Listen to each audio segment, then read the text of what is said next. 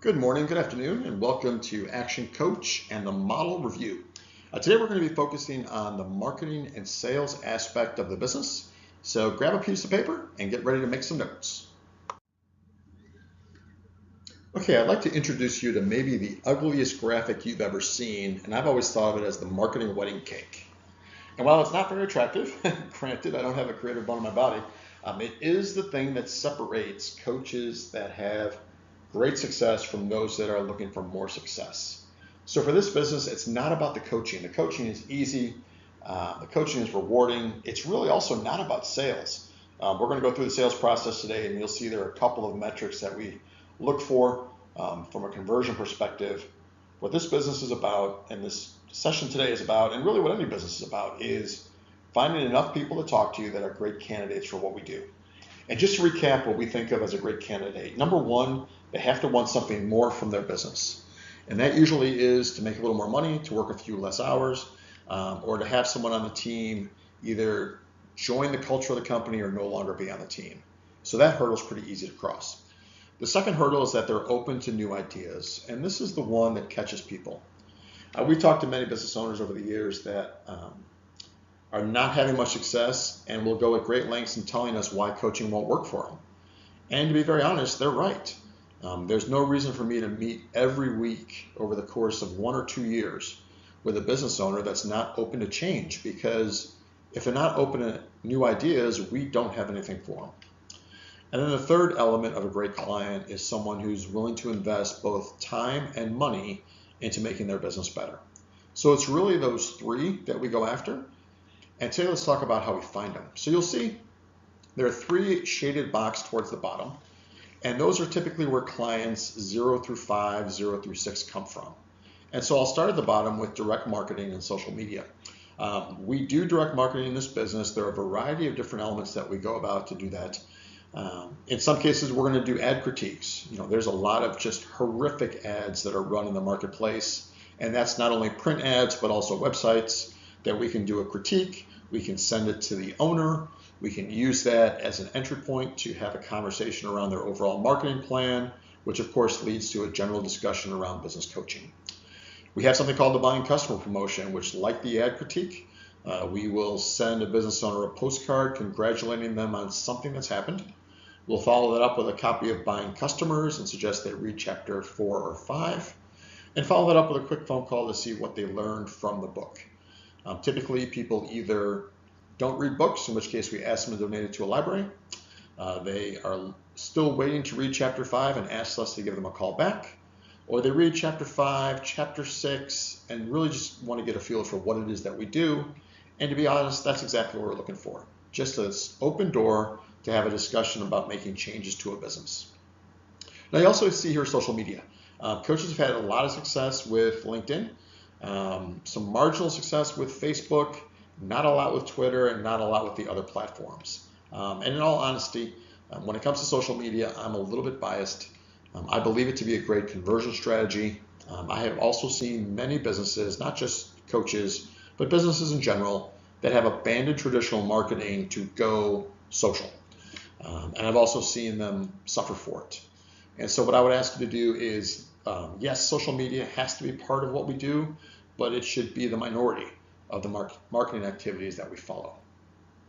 In that second level, you'll see running for office, and that's where we engage the local marketplace. Could be a chamber of commerce, could be a merchant association, could be a philanthropy group, ideally be a balance of all 3. But we need to be out in the marketplace, what I call shaking hands and kissing babies. Going to events where entrepreneurs gather, hanging out with people that are open to new ideas, and really getting belly to belly, which is what I believe that this business will always be. There'll always be an element of being face-to-face with business owners to get a feel for what they're doing and what they want to be doing. So I always encourage coaches to have 1 or 2 functions a week and get out there and engage with the local community, and then take all the people that they're meeting through social media, through direct marketing, through networking, and then have a good, consistent email campaign that fires twice a month. We want to stay in touch with people. We want to promote events, which is that third level.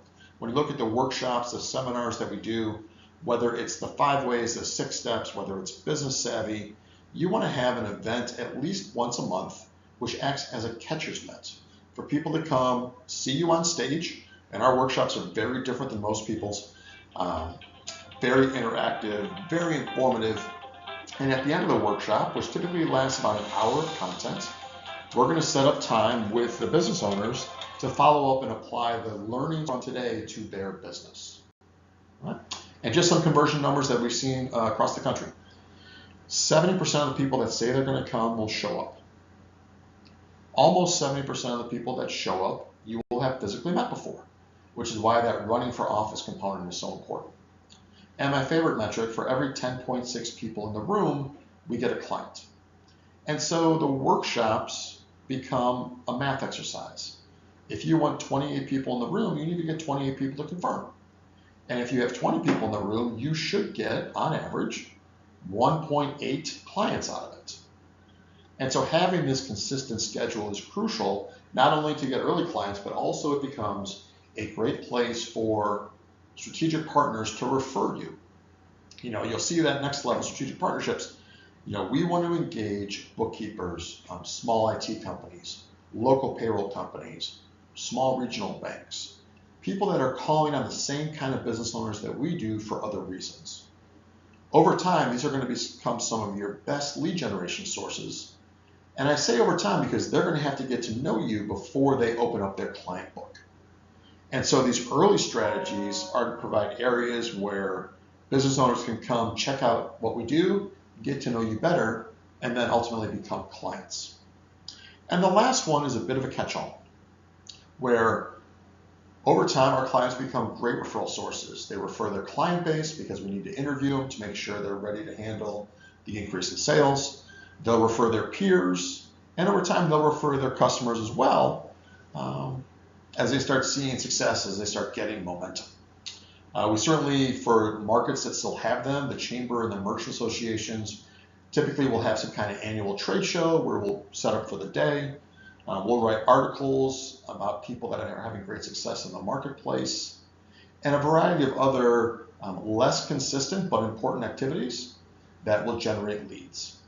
So as you look at the marketing wedding cake, what you'll notice is that there is a blend of short-term result strategies, mid-term result strategies, and long-term result strategies. Short-term being towards the bottom of the pyramid, longer-term being towards the top of the pyramid. And it is crucial to have a mix of all three. A surefire way to get a slow start as an action coach is to build your entire marketing plan around referrals. Yes, that can work, and yes, that will take 9 months to a year to become effective. So we have to do the early things to get the early clients so that the things later will be more productive and will pick up speed faster. So as you're talking with your ML, make sure that you've got a great marketing plan that has a blend of tested and measured strategies, both short-term, mid-term, and of course long-term.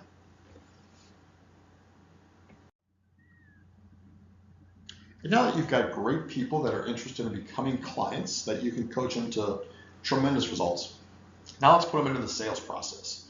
And you'll see here in your learning training about the 13-step sales process that we have, the first few steps really are geared towards marketing. So let me highlight just a couple.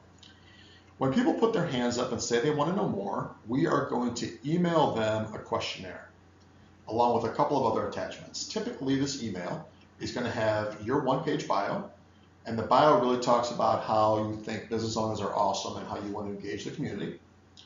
It'll have a one-pager on the 7 or 8 most asked questions about working with a coach, and it will have a short questionnaire for them to complete and return to you.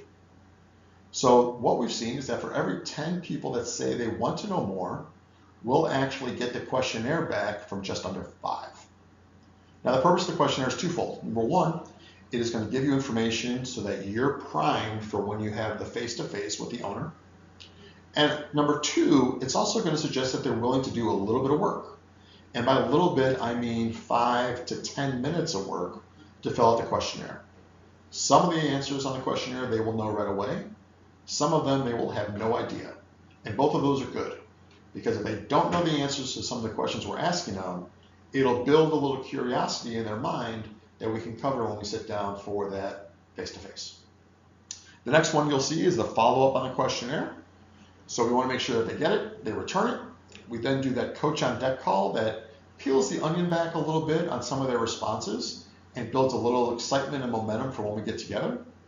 And then number 12, the diagnostic, that is that strategy session when we sit down with a business owner face to face and walk through what they're trying to accomplish, give them some ideas on how to get there, and then decide what is the best way to move forward. And just as just a couple of metrics. For every 4 people we sit down with, a little bit more than 1 will go into mentoring, and just under 2 more will go into one of our group programs. So nearly 3 out of 4 people do something as long as we have those programs available in the marketplace. All right. Now, if you're getting a lot of people that put their hands up but you don't sit down with, you typically are overqualifying and make the questionnaire too important. If you're sitting down with a lot of people but nobody's buying anything, typically it's the verbiage that you're using during the conversation, and both of those things can be easily remedied working with coaches that are in your market and in markets across the country. So thanks for joining me today on the marketing and sales discussion. And again, this is a great time to reflect, put together a list of questions, and we'll be happy to field them.